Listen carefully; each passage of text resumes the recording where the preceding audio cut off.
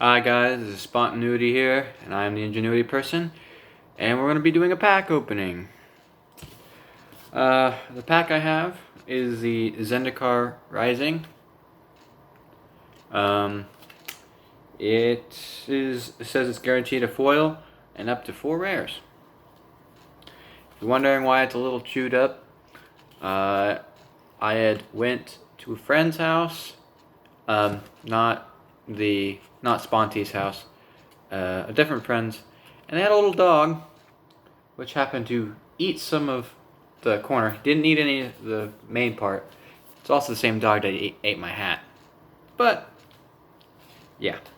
Well, we'll get right into this pack opening.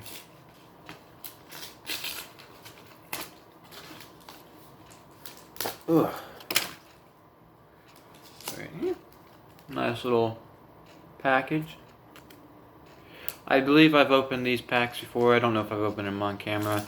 I don't know if Sponty has opened them before, but I'm sure he has. But we got a few things to look at.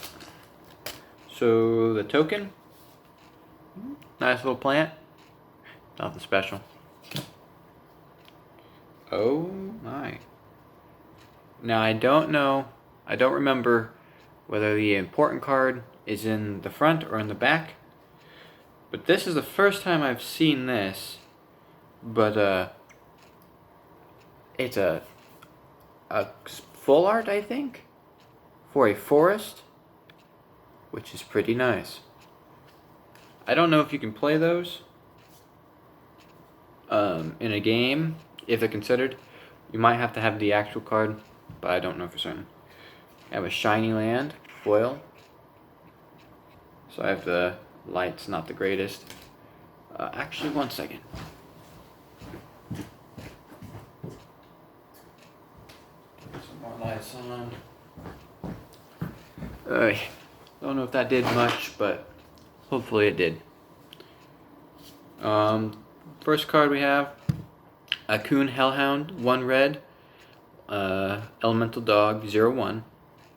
Whenever a land enters the battlefield under your control, Akun Hellhound gets +2/+2 until end of turn. Not a bad card, cheap. It's a good card to have, especially if you like running a red-green landfall monster spam, since it is a 1 cost. You want to have mana ramp for that, so you're guaranteed to have a landfall on. But yeah. Next card, white. 4 cost, 1 white. Prowling Felidar. Creature, cat beast, vigilance.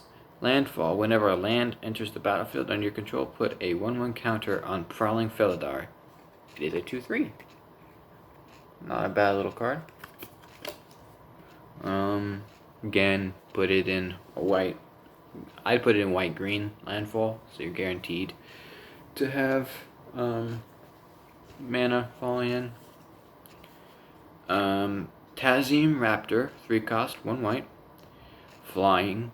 Whenever Tazim Raptor enters the battlefield, you may return a land you control to its owner's hand. 2/2. So say you have what this card would be used for. Say you have like mana that says when this enters the battlefield you gain 2 life. That could be potentially pretty good for life gain. Or if your opponent has, I've seen some land where your opponent will give it to you and it does like a negative effect to you. You can always return that to its owner's hand. Which then again, they could just play it on you again. So you'd want to have a little bit of destruction for that. Next card. 2, it's a Mesalinx, 2 cost, white. It is a cat. As long as it's not your turn, Mesalinx gets +0/+2. It's a 2/1, so basically it becomes a 3/3 as long as it's not your turn. Oh, no, a 2/3 as long as it's not your turn. Good little blocker, basically. Grotag Night Runner, 3 costs, red. Whenever Grotag, 1 red, Whenever Grotag Knight Runner deals combat damage to a player, exile the top card of your library. You may play that card this turn. Not bad if you're maybe running instances.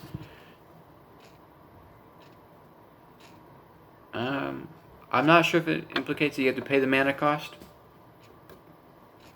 which I don't know. I'm not sure if you can see very well. I'm sorry. Scion of the Swarm, 5 cost, 2 black. Vampire Cleric, flying. Whenever you gain life, put a 1/1 counter on Scion of the Swarm. It starts as a 3/3. It's not bad. Definitely a life gain deck card. I actually kind of like that, so I'll put that to the side. I might add that to my black-white. Ooh, we have a full art. Spitfire Lagak. I think. My bad. If it's not. 4 cost, 1 red. Landfall. Whenever a land enters the battlefield under your control, Spitfire Lagak deals 1 damage to each opponent. It's 3/4. Not bad little status effect on it.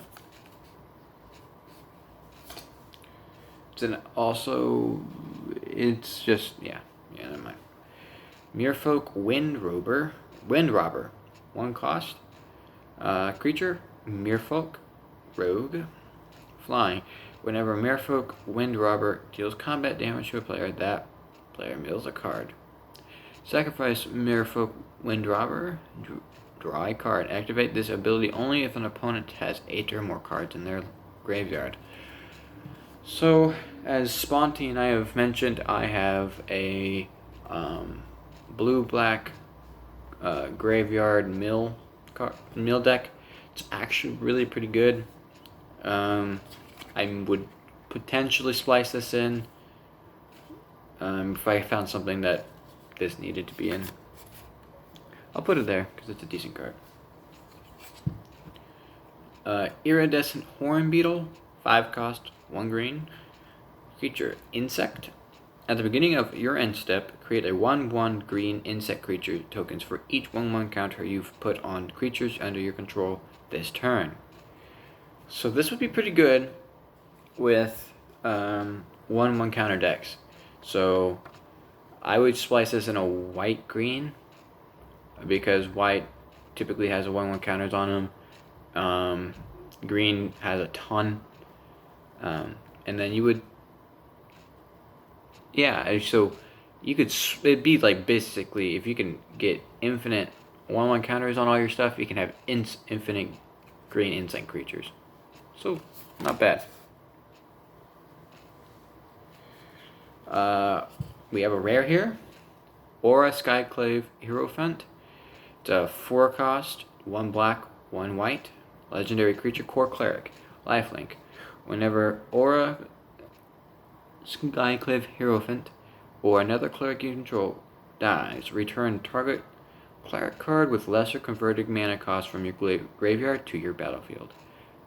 I believe Sponty or I have pulled this and we've showed it, so it's not a bad little card. Oh, sorry. I'll show. Oh, it's upside down, my bad. I imagine it's not easily seen through the lighting. Sorry about that. But yeah, it's not a bad little card. Put that there. And our final card is a shiny, Dreadworm, 5 cost. Landfall. Whenever a land enters the battlefield under your control, Dreadworm gains indestructible until end of turn. It's a 5/4. Little shiny little doodad. Not anything really special. To be honest, I would have to say my favorite card out of all of these would not happen to be the rare, but it would be the Scion of the Swarm. It's the 5 black card. Well, the 2 black, 3 normal, 5 cost. It's I like it because of the potential it has. for getting a bigger creature. Because if you can constantly put 1/1 counters on it, would be a great card. Actually, you could splice that with this. So if you had a black, white, green deck, this iridescent horn beetle would be a great card to have with it, because as long as you're gaining life, and you're putting 1/1 counters on this, which would then activate the effect onto this. So, not bad. I think that's it for this video, and I'll see you in the next one. Bye.